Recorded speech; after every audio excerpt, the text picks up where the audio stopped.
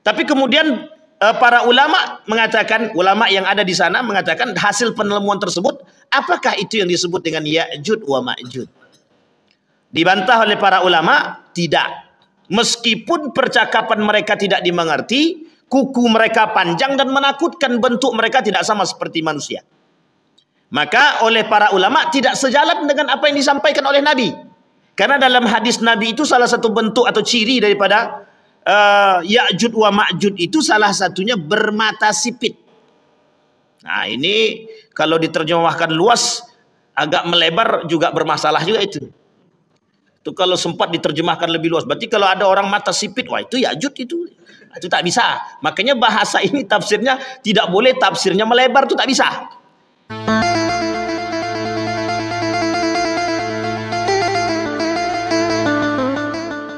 Bismillahirrahmanirrahim. Assalamualaikum warahmatullahi wabarakatuh. Alhamdulillahi rabbil alamin. Alhamdulillahilladzi an'ama bi ni'matil iman wal islam bihima tatimmus salihat. Ashhadu an la ilaha illallah wahdahu la syarika lah wa ashhadu anna Muhammadan abduhu wa rasuluh la nabiyya ba'd. Allahumma salli wa sallim wa barik ala hadzal nabiyil karim. Allahumma salli ala Muhammad wa ala ali Muhammad fil alamin innaka Hamidum Majid. Ya ayuhan nasu attaqu rabbakum alladhi khalaqakum min nafsin wahidah wa khalaqa minha zawjaha wa batha minhuma rijalan katsiran wa nisaa wattaqullaha alladhi tasaaluna bihi wal arham innallaha kana 'alaikum raqiba. Puji syukur kehadirat Allah atas limpahan rahmat dengan mengucapkan alhamdulillahi rabbil alamin. Berselawat kepada Nabi dengan mengucapkan Allahumma salli ala Muhammad wa ala ali Muhammad fil alamina innaka Hamidum Majid. Baik Bapak Ibu sekalian yang berbahagia, mudah-mudahan di maghrib ini Bapak Ibu senantiasa dalam lindungan Allah. Semoga selalu mendapatkan keberkahan, kekuatan, kesehatan, rezeki yang melimpah, keistiqamahan dalam beribadah. Amin ya rabbal alamin. Allah anugerahkan keluarga yang sakinah, mawaddah warahmah. Kemudian Allah jadikan anak-anak yang saleh dan salihah.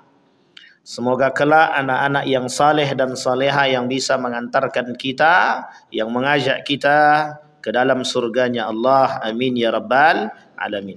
Baik Bapak Ibu sekalian yang berbahagia, di maghrib ini judul kita adalah Ya'jud wa Ma'jud. Ya'jud dan Ma'jud ini adalah salah satu di antara 10 tanda besar datangnya hari kiamat. Berarti kalau kita dah kaji Ya'jud Ma'jud bentar lagi kiamat Pak Ustaz. Ya enggak mesti juga. Karena Ya'jud dan Ma'jud 10 tanda kiamat besar ini dia ada urutan. Urutan dia dari pertama sampai ke 10. Mulai dari Dajjal, Isa, Ya'jud wa Ma'jud, Dukhan, kemudian binatang dabah, binatang melata, keluarnya api dan lain sebagainya. Sampai nanti zalzalah. Kemudian ada beberapa daerah yang masuk dalam perkataan baginda Nabi Muhammad SAW yang akan dihancurkan dengan zalzalah tadi. Sampai kelak Bapak Ibu sekalian yang berbahagia, dalam pandangan para ulama setelah daripada Ya'jud wa Ma'jud tadi itu tidak ada perperangan lagi. Yang terjadi setelah Ya'jud wa Ma'jud itu adalah perkara-perkara yang lain, kemudian pembinasaan terhadap orang-orang yang kafir dan munafik. Baik itu sifatnya zalzalah dan lain sebagainya. Ya'jud dan Ma'jud ini itu disebutkan dalam Al-Quran dan hadis Nabi. Karena ini adalah tanda kiamat besar. Jadi sebenarnya mengkaji Ya'jud wa Ma'jud ini itu sebenarnya ngeri-ngeri sedap. Kenapa kita katakan ngeri-ngeri sedap?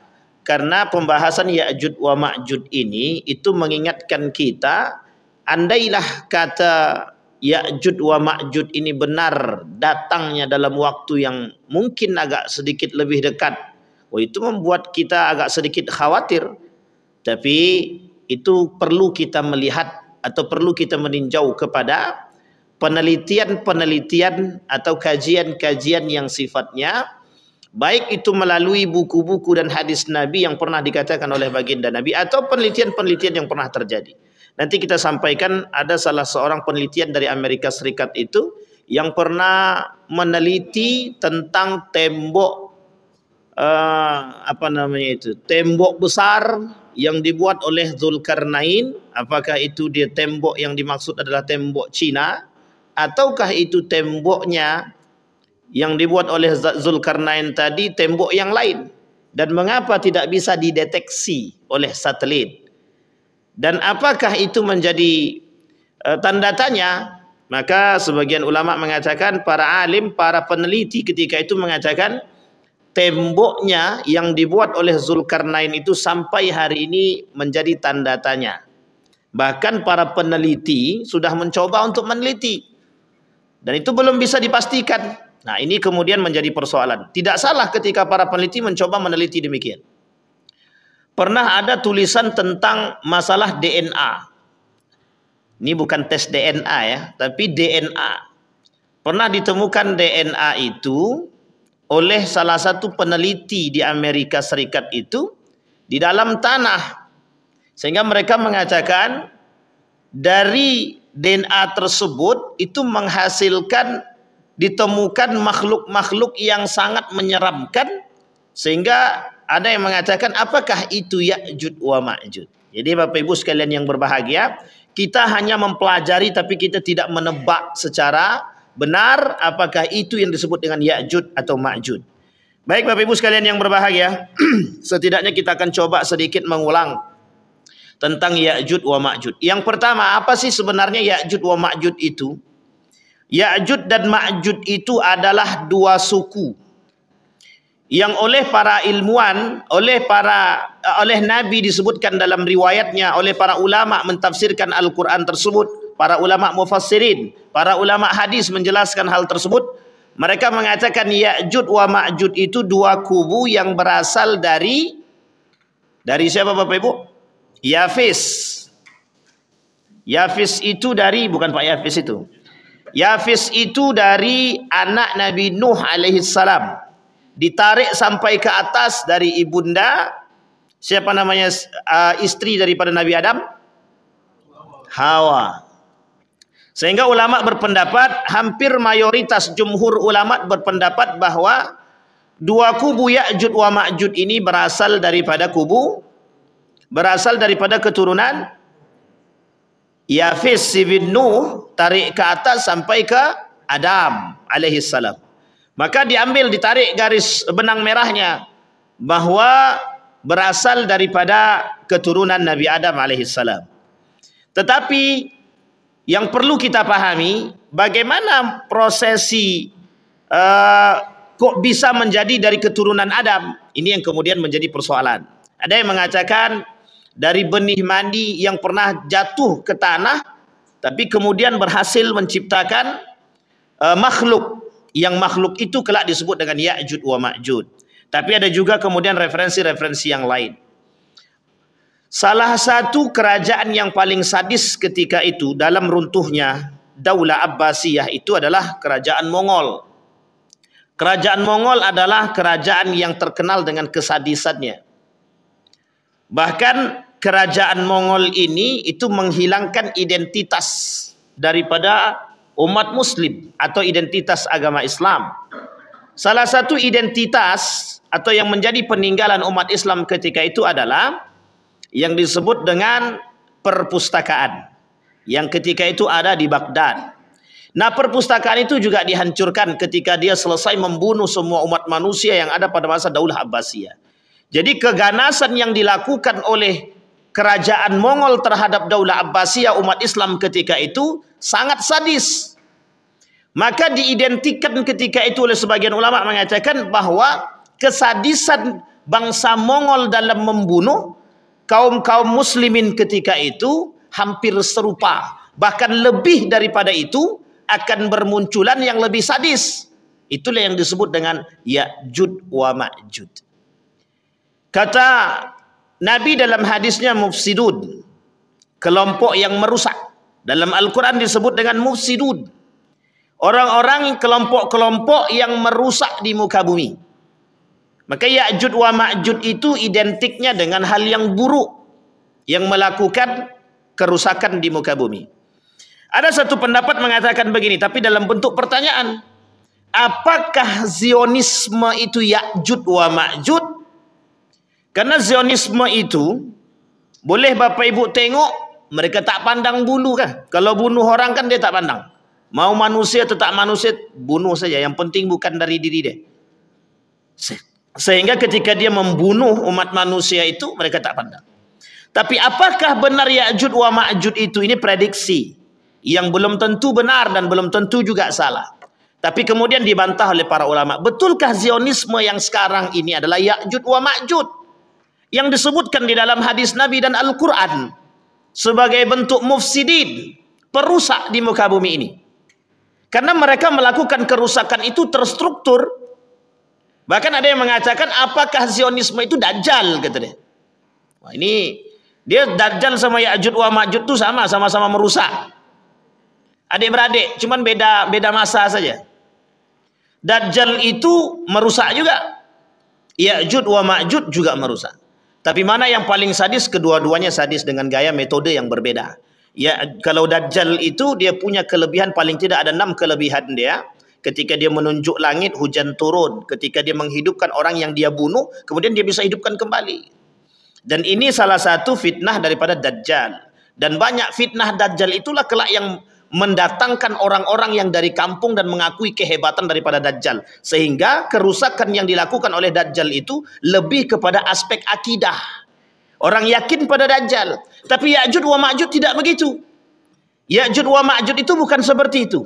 Tapi bagaimana Ya'jud dan Ma'jud tersebut? Ya'jud dan Ma'jud itu mereka membunuh manusia itu layaknya mereka memandang bahwa manusia itu lebih daripada binatang. Jadi membunuh manusia itu tidak berpandang, tidak pakai nurani. Karena sebagian mengatakan itu Ya'jud wa Ma'jud bukan bagian daripada manusia. Tapi sebagian lagi yang lain mengatakan bahwa Ya'jud wa Ma'jud itu adalah bagian daripada manusia. Baik. Sebelum kita bahas Ya'jud wa Ma'jud, kita harus lihat dulu di dalam surat Al-Kahfi ayat 92 sampai 97. Bahkan di dalam surat Al-Kahfi juga ada dalam ayat 83. Itu sampai selanjutnya. Ada perkataan di situ disebutkan oleh Allah, ya Dzul Qarnain. Di situ namanya disebutkan Dzul Qarnain. Siapa Dzul Qarnain ini? Nah, ini yang kemarin yang di sana kita belum bahas, kita bahas sedikit di sini. Dzul Qarnain adalah seorang raja yang beriman, yang saleh ketika itu. Zulkarnain ini mengerti ada kelompok yang memang merusak, yang akan melakukan kerusakan di muka bumi dan diberitahu oleh Allah. Siapa mereka? Itu yang disebut dengan Ya'jud wa Ma'jud. Yang kemudian oleh Zulkarnain itu dibangun tembok yang besar. Dalam riwayat itu temboknya terbuat dari besi. Nah, nanti kita sampaikan dalam pandangan para ulama, apakah tembok itu disebut dengan tembok Cina? Karena dia perbatasan daripada itu. Jadi kerajaan Mongol itu juga masuk pada perbatasan situ. Nah, ini yang kemudian bangsa Mongol, bukan kerajaan Mongol, bangsa Mongol. Dan itu terkenal, kesadisan bangsa Mongol itu terkenal. Apakah mereka bagian daripada itu atau lain sebagainya. Zulkarnain bukanlah seorang nabi, tapi dianggap orang saleh. Orang saleh. Sama seperti dengan Luqmanul Hakim. Wa idh qala Luqmanu li ibnihi ya bunai la tusyrik billah. Dipertanyakan oleh para ulama, siapa Luqmanul Hakim di sini? Luqmanul Hakim di situ apakah nabi, apakah orang saleh? Maka para ulama, jumhur ulama ittafaqa jumhurul ulama ala annahu min hakimin salihin. Seorang hakim yang saleh, bukan nabi. Sama dengan Zulkarnain. Tidak dianggap nabi, tidak dikatakan nabi, tapi dia sebagai orang yang saleh. Ia diberi nama Zulkarnain karena ia sudah pernah mencapai ujung dunia dari timur hingga barat. Tempat tanduk setan terbit. Nah, ini kapan-kapan baru tanduk setan ini kita bahas. Jadi Bapak Ibu, permasalahan tanduk setan ini itu juga menjadi permasalahan oleh sebagian para ulama. Apa yang disebut dengan tanduk setan itu? Nah, ini tanduk setan ini banyak multitafsirnya. Lain waktu kita bahas, karena kalau bahas itu tak habis nanti. Nanti protes pula Pak Yendi kan. Sehingga tersebut ketika Zulkarnain mengetahui, Allah sebutkan di dalam Al-Quran dalam surat Al-Kahfi tersebut, bagaimana Zulkarnain diperintahkan oleh Allah membangun tembok yang tinggi dan besar. Tembok yang tinggi dan besar. Nah, kemudian Allah sebutkan, kemudian ia menempuh suatu jalan yang lain lagi, hingga apabila dia telah sampai di antara dua buah gunung, dia mendapati di hadapan kedua bukit itu suatu kaum yang hampir tidak mengerti pembicaraan. Jadi ketika seorang ilmuwan Amerika menemukan salah satu gunung yang ada di Amerika itu, di dalam gunung itu sekitar 12 km kedalamannya itu bahasanya lebih dalam lagi, galiannya berarti kan begitu. Artinya ditemukan dalam gunung tersebut, apa yang ditemukan? Kelompok yang hidup yang tidak, pembicaraan mereka tidak dimengerti. Tapi kemudian para ulama mengatakan, ulama yang ada di sana mengatakan hasil penemuan tersebut, apakah itu yang disebut dengan Ya'jud wa Ma'jud? Dibantah oleh para ulama, tidak. Meskipun percakapan mereka tidak dimengerti, kuku mereka panjang dan menakutkan, bentuk mereka tidak sama seperti manusia. Maka oleh para ulama tidak sejalan dengan apa yang disampaikan oleh Nabi. Karena dalam hadis Nabi itu salah satu bentuk atau ciri daripada Ya'jud wa Ma'jud itu salah satunya bermata sipit. Nah, ini kalau diterjemahkan luas agak melebar juga bermasalah juga itu. Itu kalau sempat diterjemahkan lebih luas. Berarti kalau ada orang mata sipit, wah itu Ya'jud itu. Itu tak bisa. Makanya bahasa ini tafsirnya tidak boleh tafsirnya melebar, itu tak bisa. Apalagi, tapi ketika dikatakan ada pertanyaan. Dan ini ternyata sudah dibahas lebih dulu oleh para ulama. Mendengar kalimat sipit, bermata sipit itu tembok yang tinggi, itu orang berpendapat, apakah ini disebut dengan berasal dari Cina? Ini kemudian menjadi pertanyaan, apakah Ya'jud wa Ma'jud itu kelak datang dari Cina atau berasal dari Cina? Karena di situ ada tembok Cina yang tinggi dan besar, dan di perbatasan itu ada makhluk-makhluk, maksudnya ada manusia-manusia yang sadis dan ganas, yang makhluk itu disebut dengan bangsa Mongol, dan itu perbatasan India-Cina. Oh, itu sangat. Nah, itu kemudian menjadi persoalan. Apakah nanti ada bantahan daripada ulama atau tidak terkait apakah bangsa Ya'jud wa Ma'jud ini berasal dari Cina atau tidak. Baik. Kemudian Allah perintahkan, hai Zulkarnain, sesungguhnya Ya'jud wa Ma'jud itu orang-orang yang melakukan kerusakan di muka bumi. Jadi sudah banyak tandanya Bapak Ibu. Tadi mata sipit. Kemudian sifat kedua melakukan kerusakan di muka bumi.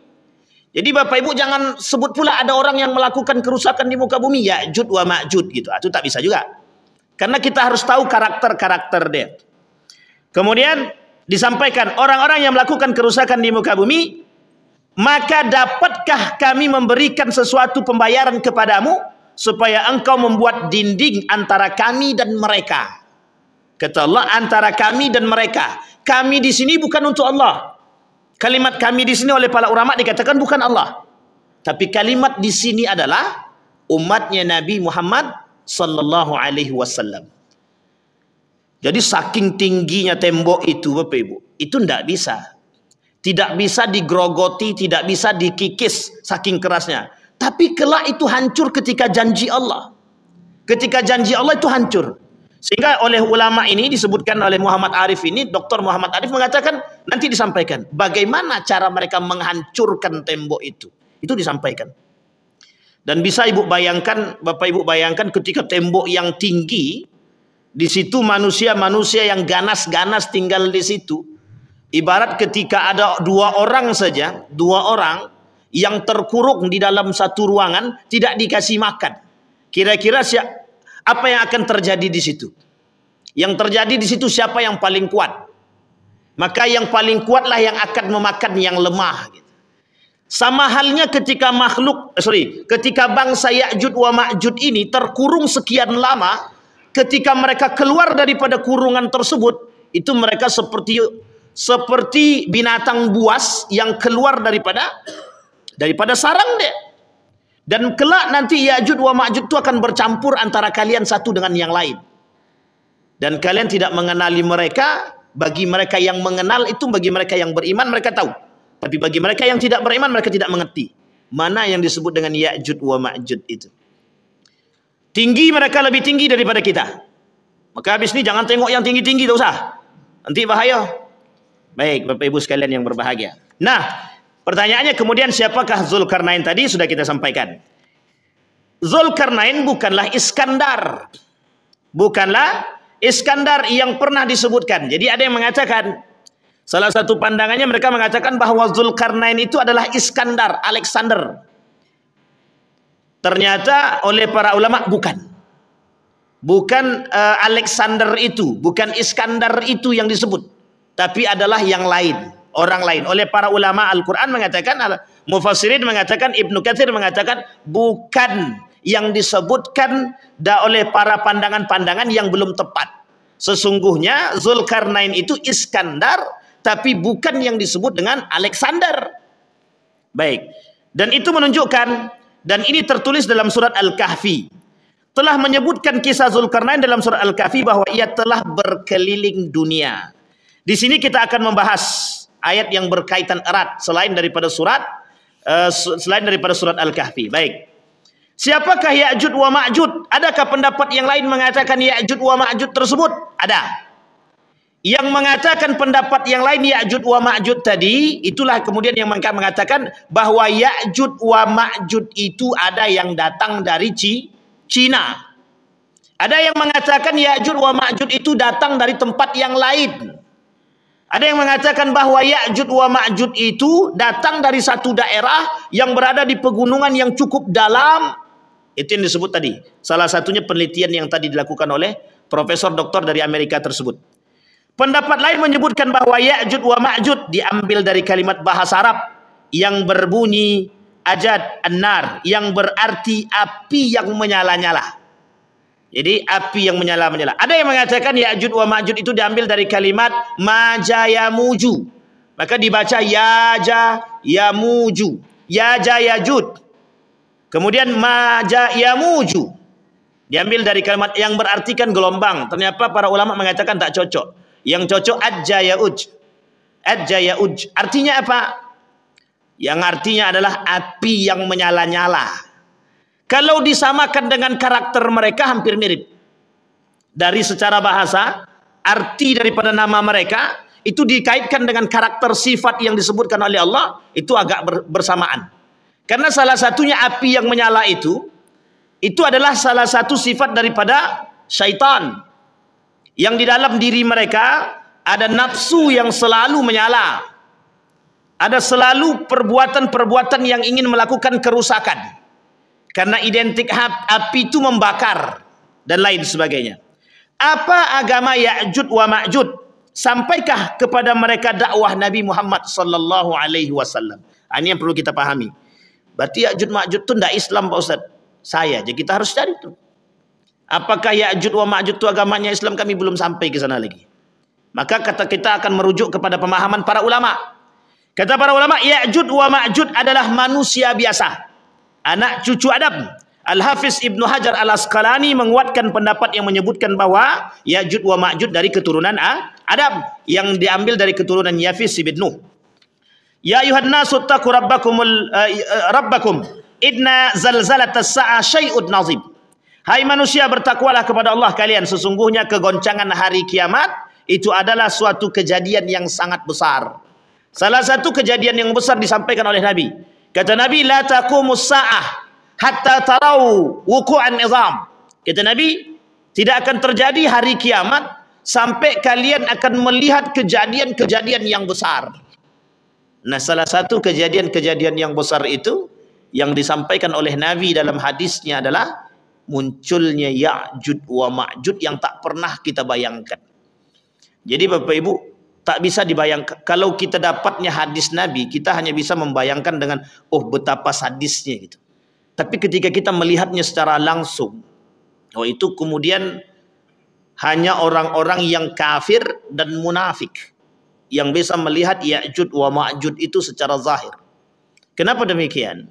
Karena mereka bercampur. Nah, orang-orang yang beriman yang mengetahui keberadaan Ya'juj wa Ma'juj, mereka akan mencari keselamatan. Nanti akan kita sampaikan bagaimana caranya selamat daripada Ya'juj wa Ma'juj. Tapi kita berdoa kepada Allah.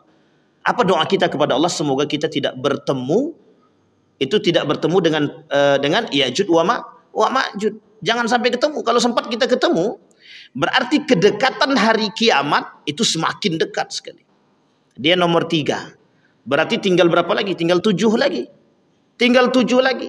Kalau sempat 7 itu dan disampaikan oleh para nabi, oleh para ulama, kedekatan antara satu dengan yang lain itu sangat dekat. Bermunculannya kiamat besar tadi antara satu dengan yang lain itu sangat dekat. Nah, kita tidak bisa mentafsirkan sangat dekat itu, tidak bisa. Apakah sekarang, kemudian besoknya kiamat selanjutnya, apakah besoknya lagi kiamat selanjutnya, itu kita tidak bisa mengatakan demikian.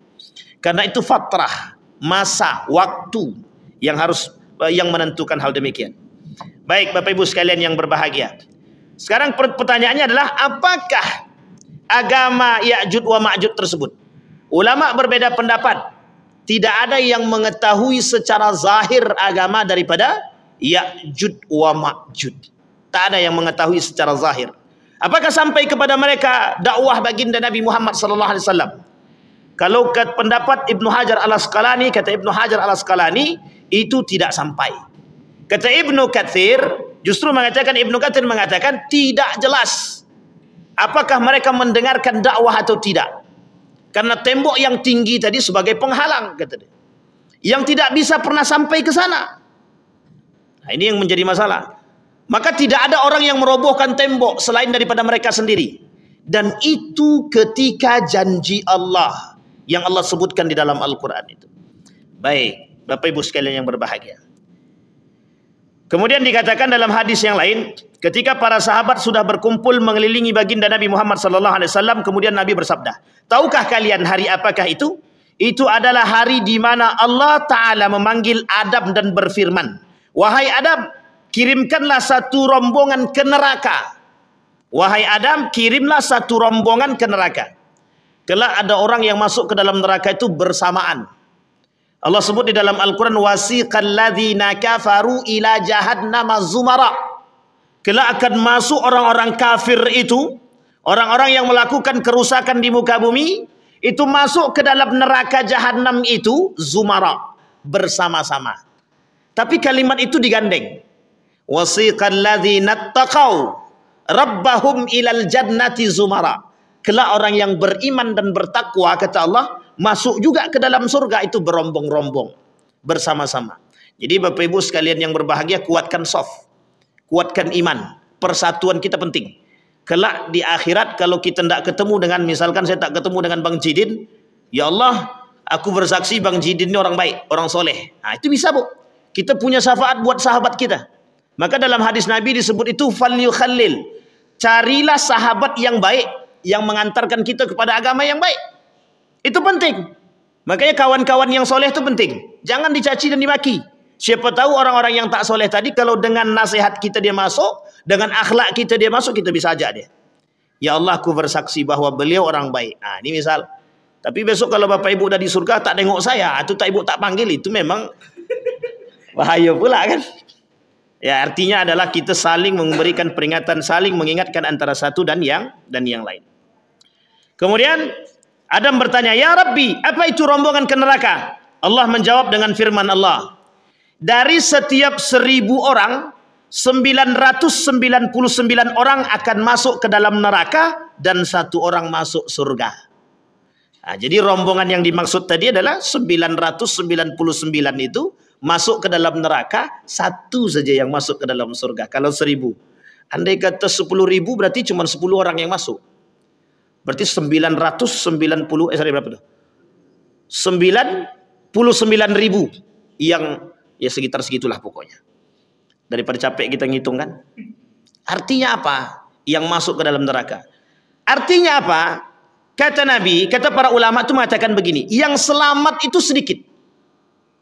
Dari sekian banyak perbuatan daripada Ya'juj wa Ma'juj tadi, yang dia lakukan kerusakan di muka bumi itu, yang kelak pengikutnya banyak sekali. Pengikutnya banyak. Dan saking banyaknya pengikutnya tadi, maka yang selamat itu hanya 1 ataupun 2 orang. Artinya apa? Itu bahasa kiasan. Sangat sedikit yang selamat.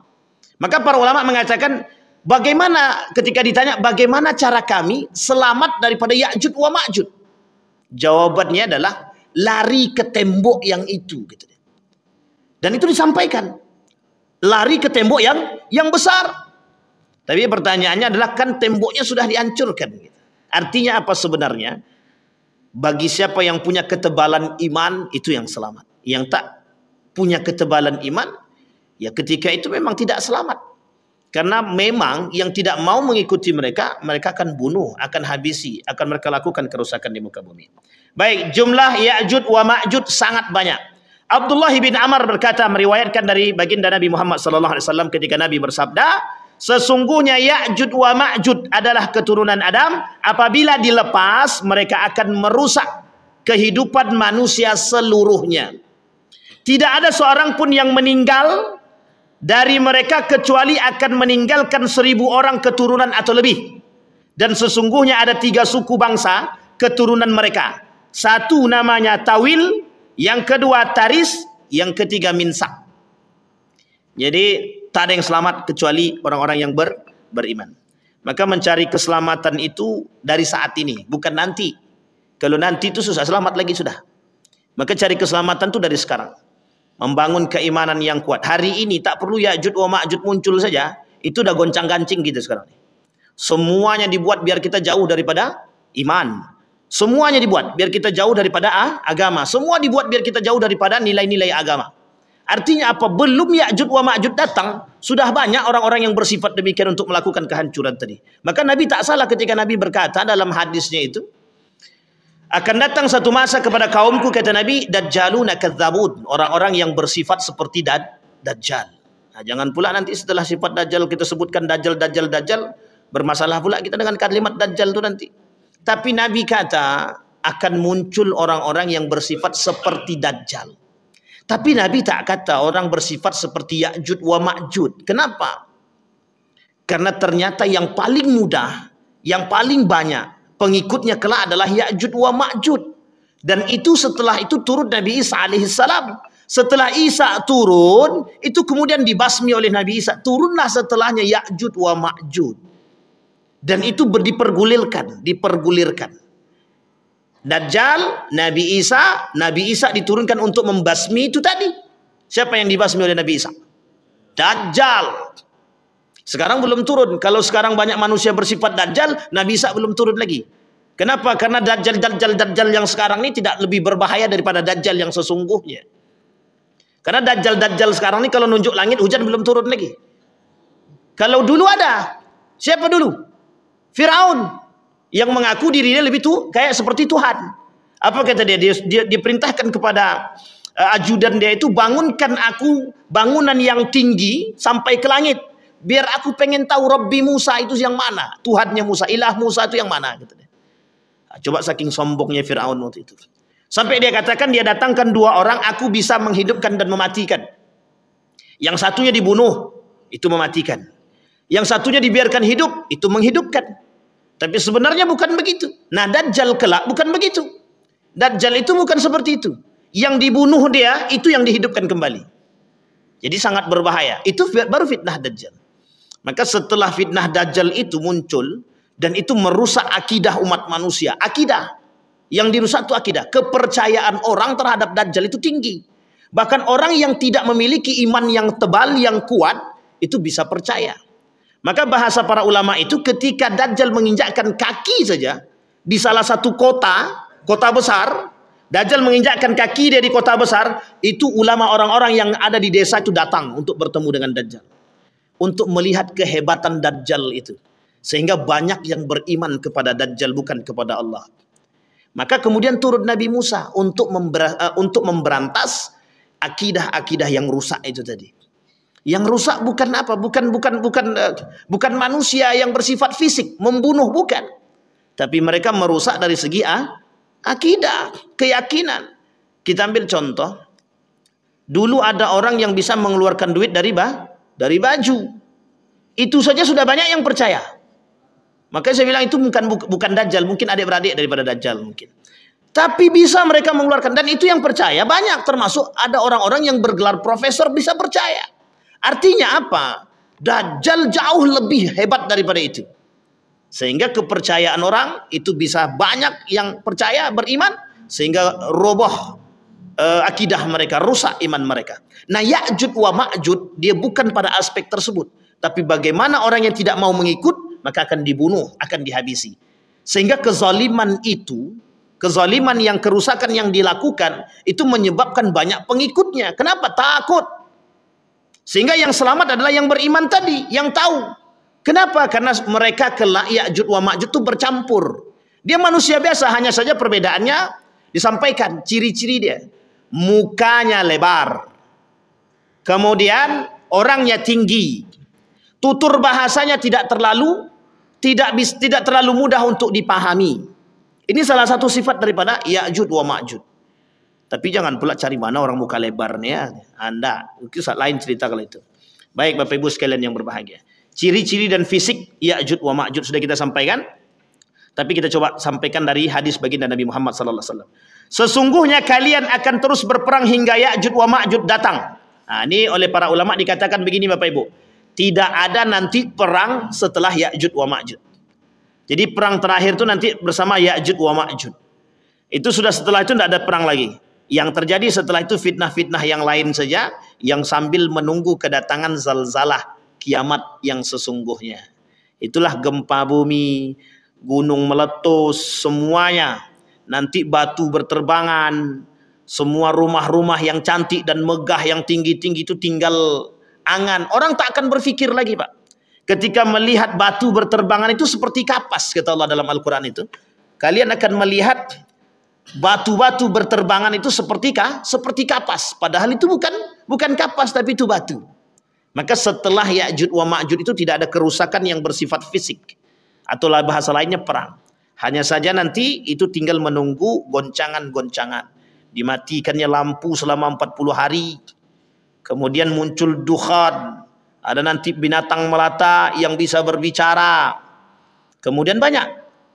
Dan ketika itu muncul api yang kemudian muncul daripada Yaman. Sungai yang kemudian sudah mengering. Itu tanda kedekatan hari kiamat. Bahkan ketika itu terjadi, kata Nabi, ketika kalian melihat tanda itu, berarti tandanya kiamat sudah dekat. Maka bersiaplah. Sebenarnya tidak perlu menunggu kiamat besar itu datang. Kalau kita berakal, beriman, harusnya dengan tanda-tanda kiamat yang kecil itu, seperti fitnah, huru hara, atau prahara akhir zaman, atau fitnah akhir zaman, yang saat ini sudah bermunculan di hadapan kita, itu sebenarnya harus bisa menjadi pelajaran bagi kita. Agar kita bisa betul-betul beriman. Karena kelak kata Allah, yang ingin dilihat oleh Allah itu mana yang benar-benar beriman dan mana yang pura-pura beriman. Karena kelak isi manusia di akhir zaman itu orang kafir dan munafik. Yang munafik ini siapa? Yang pura-pura beriman. Yang pura-pura beriman. Baik Bapak Ibu sekalian yang berbahagia. Warna rambut mereka hitam kemerah-merahan. Wajah mereka diperumpamakan oleh Nabi dengan perisai cembung yang tebal karena bentuknya yang bulat dan padat berlemak. Nah, bisa dibayangkan Bapak Ibu? Bisa bayangkan? Menengok orang-orang agak gemuk sikit. Tapi jangan dibayangkan betul. Bahaya pula itu nanti. Mereka nanti akan keluar dan turun dari seluruh tempat yang tinggi, lalu menyebar ke seluruh penjuru dunia dengan sangat cepat. Oleh ulama, oleh sebagian pandangan mengatakan begini. Bisa jadi, ini bisa jadi kata mereka. Ini tapi bahasa, hanya sekedar bahasa apa namanya? Bahasa cocokologi, tapi sebenarnya tidak tepat juga. Ketika Bapak Ibu melihat hari ini ada beberapa bangsa, beberapa negara yang ciri khas mereka itu mereka bisa berada di mana-mana. Bisa berada di mana-mana. Dan mereka bisa menguasai perekonomian di mana-mana. Sekarang Bapak Ibu, bangsa apa yang bisa menguasai perekonomian di mana-mana? Cuman itu. Ada yang lain? Tidak ada. Oh, ada satu lagi. Padang. Itu nasi Padang di mana-mana banyak. Oh, serius Bapak Ibu? Saya mengatakan benar. Di Turki itu ada nasi Padang. Tapi ini karakter dagang ya, karakter dagang. Tetapi bangsa Cina itu mereka diwajibkan anak-anak muda itu wajib dagang. Bahkan perbankan, Bank Sentral Cina itu memberikan bantuan dana 0,0 sekian persen. Kalau saya tak salah 0,02%. Saking rendahnya bunga, itu diberikan pinjaman kepada anak-anak yang ingin berwirausaha. Karena apa? Karena mereka wajib berdagang dan mereka bisa menguasai pasar. ketika terjadi antara Cina, ketika terjadi ketegangan antara Cina dan Amerika, itu Amerika menantang Cina begini. Pokoknya diangkat pajak, itu mereka angkat setinggi mungkin. Apa kata Cina? Silahkan angkat, tidak ada masalah. Sehingga bangsa Cina ketika itu tidak memasukkan yang besar-besar seperti mobil dan lain sebagainya, tidak. Tapi yang kecil-kecil. Bapak Ibu boleh tengok hari ini, itu produk-produk yang kecil-kecil itu rata-rata dari Cina. Boleh tengok. Tidak usah jauh-jauh. Kalau ke Indonesia Bapak Ibu kan sudah paham. Tusuk gigi aja yang sangat kecil itu datang dari Cina itu. Bambunya dari Kalimantan. Cuman barang itu dibawa ke Cina, sampai di Cina dibuatnya kayak tusuk gigi. Sampai ke sini harganya lebih, padahal kita bisa buat tusuk gigi sendiri. Dan itu banyak di Mekah. Bapak Ibu datang ke Mekah, masuk ke semua toko, carilah made in Makkah. Nggak ada tuh Pak. Sangat kecil sekali Bapak menemukan made in Makkah atau made in Amerika, made in Australia, jarang. Made in China. Itu rata-rata. Panci kuning, tahu panci kuning? Bukan panci apa namanya? Cerek itu, cerek emas itu. Itu datang dari mana? Nah, mereka akan menguasai itu. Kata dia. Maka ada yang di situ orang mengatakan apakah Ya'juj wa Ma'juj itu adalah bangsa Cina. Maka itu alasannya. Bukan hanya karena mata sipit penguasaan mereka terhadap dunia. Bahkan mereka bisa menguasai dunia itu dalam waktu yang sangat cepat. Ketika Amerika menjadi negara adikuasa itu, Cina itu masih biasa saja. Hari ini orang melihat yang paling berkuasa itu bukan Amerika, tapi Cina. Kenapa demikian? Karena Cina bisa merusak segala hal, termasuk merusak pasar. Dan itu yang tidak dimiliki oleh negara manapun. Bayangkan Cina bisa masuk dalam semua tempat. Nah, makanya orang berpendapat, ada yang mengatakan apakah bangsa Ya'juj wa Ma'juj itu berasal dari bangsa Cina. Maka oleh para ulama mengatakan tidak, kata para ulama. Bukan. Ya'juj wa Ma'juj itu bukan datang dari Cina. Hanya saja ciri khas yang disampaikan itu bermiripan. Dan dianggap apakah tembok Cina itu adalah tembok yang dimaksud oleh yang dibuat oleh Zulkarnain dulu? Bukan. Karena apa? Oleh para ilmuwan itu mengatakan tembok yang dibuat oleh Zulkarnain itu dalam bahasa hadisnya itu dibuat dari besi. Sementara tembok Cina itu tumpukan batu bata kalau bahasa kita hari ini. Artinya apa? Terdapat perbedaan. Dan memang dataran tingginya sama, dianggap sebagai dataran tinggi. Dan di antara tembok itu memang ada bangsa dan kelompok yang dianggap memang ganas, yang dulu pernah disebut sebagai bangsa Mongol, yang pernah menaklukkan Abbasiyah, yang memang pembunuhannya sadis. Nah, ini kemudian terjadi. Maka para ulama, tidak ada satupun para ulama yang mengatakan secara detail siapa sebenarnya, dari bangsa mana sebenarnya Ya'juj dan Ma'juj tersebut. Tapi yang penting kita pahami adalah ciri dan fisik dia tadi. Mukanya lebar, kemudian berbicaranya tidak terlalu fasih, dia tidak terlalu fasih berbicara. Bagaimana Ya'juj dan Ma'juj menjebol dinding penghalang? Kata Allah, kelak mereka tidak akan bisa menghancurkan tembok tersebut sampai pada masanya atau waktunya. Ya'juj dan Ma'juj adalah dua suku bangsa yang selalu membuat kerusakan di muka bumi, sehingga Zulkarnain membangun dinding yang menghalangi mereka. Selama berada di balik dinding penghalang ini, mereka menjalani kehidupan mereka sendiri, makan, minum, beraktivitas. Mereka pun terus berusaha berusaha sekeras tenaga bagaimana cara mereka meruntuhkan dinding-dinding tadi yang terbuat dari besi tadi. Mereka terus menggali dan melubanginya sedikit demi sedikit. Abu Hurairah mengatakan dalam riwayatnya mengenai hal demikian, mereka menggali terus setiap hari sampai apabila mereka hampir berhasil membuat lubang di dinding penghalang itu, pimpinan mereka berkata, pulanglah dulu, besok kalian akan bisa menjebolnya kembali. Namun Allah selalu mengatakan, Allah selalu mengembalikan mereka dinding-dinding penghalang tersebut sampai nanti tiba waktunya Allah berkehendak untuk melepaskan mereka keluar. Artinya sebenarnya apa? Kelak akan ada kerja keras yang dilakukan mereka itu kelak berhasil, akan mereka robohkan. Kata Abu Hurairah itu justru kelak kegigihan mereka itu dipandang ketika memang kedekatan hari kiamat itu semakin nampak. Nah, maka ulama berkata, apakah hari ini kiamat itu sudah dekat? Nah, itu pertanyaannya. Dijawab oleh para ulama, tidak ada satupun yang bisa mencoba mengatakan bahwa kiamat itu sangat dekat ataupun sudah dekat. Kenapa demikian? Karena masih banyak tanda-tanda kiamat besar yang belum nampak. Tetapi ketika berkata demikian melihat fitnah tersebut, ada ulama lain yang mengatakan, paling tidak kita hari ini sudah berdekatan atau di ambang pintu kiamat. Sampai di sini paham bahasanya Bapak Ibu ya. Ada yang mengatakan kita belum sampai pada kiamat, masih lama, masih butuh waktu yang panjang. Makanya diambil jalan tengah oleh Syekh Ramadan Al-Buti itu terhadap hari kiamat tersebut.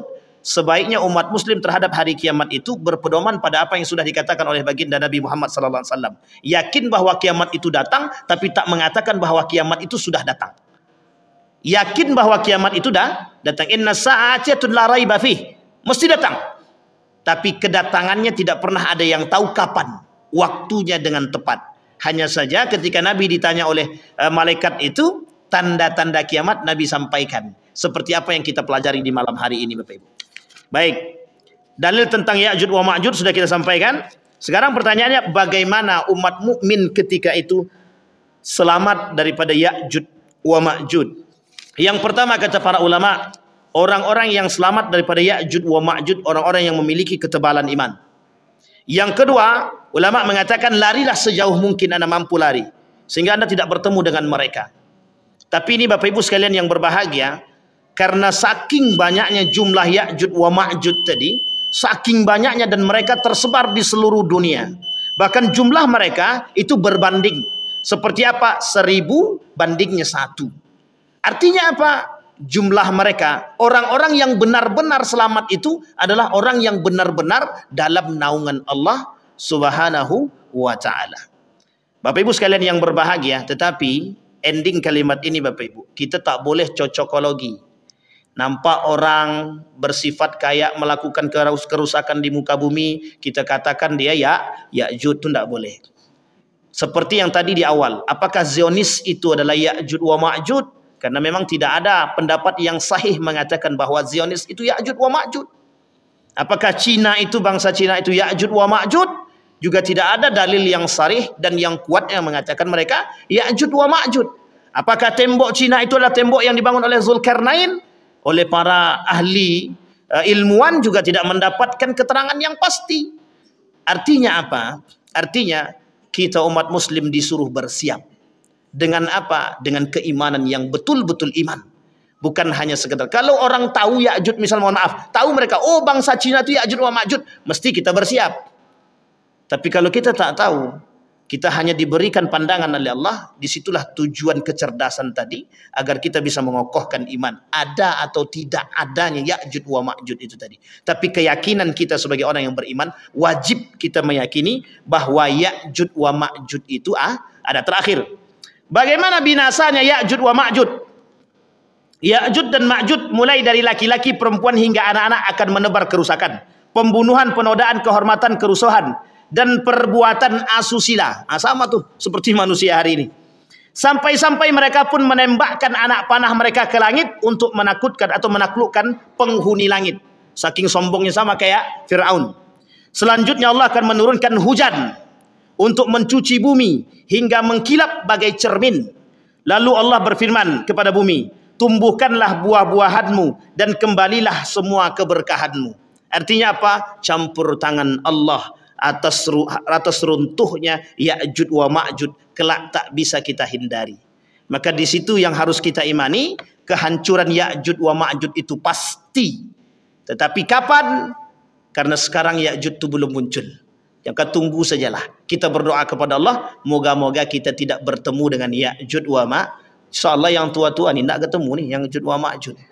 Masalahnya yang puluhan tahun yang akan datang yang kita takutkan, mereka ketemu atau tidak. Mudah-mudahan kita termasuk orang-orang yang beriman kepada Allah. Amin ya rabbal alamin. Saya kira itu saja Bapak Ibu sekalian yang berbahagia. Ini sudah selesai Ya'juj wa Ma'juj. Kalimat endingnya tidak boleh ada yang mengatakan siapapun yang melakukan kerusakan di muka bumi ini, kita tak boleh katakan dia Ya'juj ataupun Ma'juj. Apalagi kita katakan Dajjal, nanti berujung pada Polda. Itu yang tak menjadi masalah kita hari ini. Fa'tabiru ya ulil absar la'allakum tuflihun. Assalamualaikum warahmatullahi wabarakatuh.